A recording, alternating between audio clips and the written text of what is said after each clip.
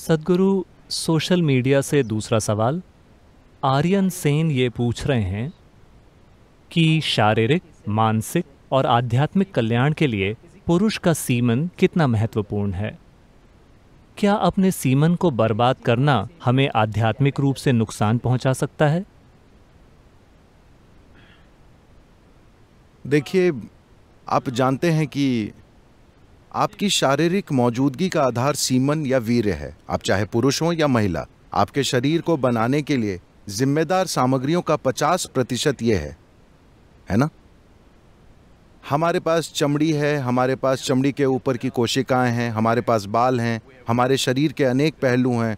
आप जानते हैं, दिल, गुर्दा, लिवर वगैरह वगैरह। अपने आप में इन सारी कोशिकाओं की कुछ न कुछ क्षमताएं हैं, लेकिन सीमन की क्षमता का स्तर जबरदस्त है। ये एक पूरा नया जीवन बना सकता है। आज आप त्वचा की एक ऊपरी कोशिका को लेकर प्रयोगशाला में बहुत कुछ कर सकते हैं और शायद हम आपका क्लोन भी बना दें। तो क्षमता यहाँ भी है, लेकिन इसका स्तर उन कोशिकाओं के स्तर जैसा नहीं है जिन्हें आप सीमन या वीर्य कह रहे हैं। So in the yogic culture this is called as virya. तो योग संस्कृति में हम इसे वीर्य कहते हैं। वीर्य को हम वज्र भी कहते हैं, जिसका अर्थ है स्थिरता या हीरा, जो सबसे कठोर चीज है।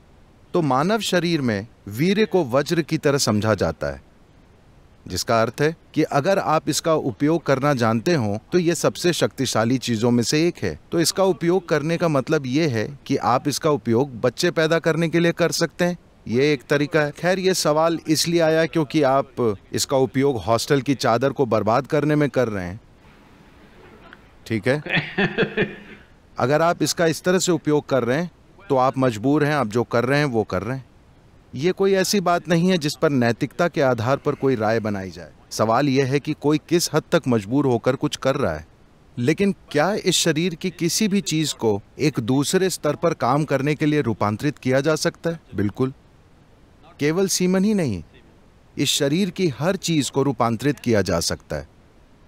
देखिए, मान लीजिए अगर मैं आप सभी को सूप बनाने की सामग्री दूं, आप सभी को एक जैसी सामग्री दूं, तो क्या आपको विश्वास है कि आप सभी लोग एक जैसा सूप बनाएंगे? नहीं, आप 500 प्रकार के सूप बनाएंगे। हालांकि सामग्री एक ही है। यही हम सबके साथ इस समय हो रहा है। हम सभी बुनियादी रूप से एक ही सामग्री से बने हैं, लेकिन देखिए कि हम एक दूसरे से कितने अलग हैं, क्योंकि सूप अलग है। तो अगर मैं आपको सूप बनाने की सामग्री दूं तो आप या तो अच्छा सूप बनाएंगे या बेकार सूप बनाएंगे। ये इस बात पर निर्भर करता है कि आप ये काम कितना जानते हैं, है ना? तो ठीक ऐसा ही हर चीज के साथ होता है, केवल सीमेन के साथ ही नहीं। अपने मन और शरीर के हर आयाम को आप किसी जबरदस्त चीज में रूपांतरित कर सकते हैं, या आप इसे साधारण बना सकते हैं, या आप इसे गंभीर समस्या में बदल सकते हैं। जीवन के हर पहलू को।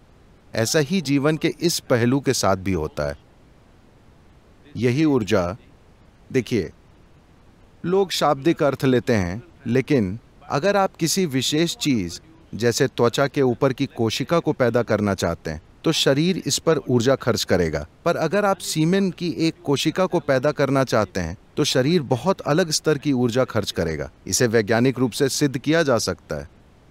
तो जब आप इसमें इतनी सारी ऊर्जा खर्च कर रहे हैं तो स्वाभाविक है कि इसमें एक क्षमता है, लेकिन क्या आप में उसे खोजने की काबिलियत है? क्या आप वो खोज करना जानते हैं? क्या ऐसा करने के लिए आपके पास साधना और मार्गदर्शन है?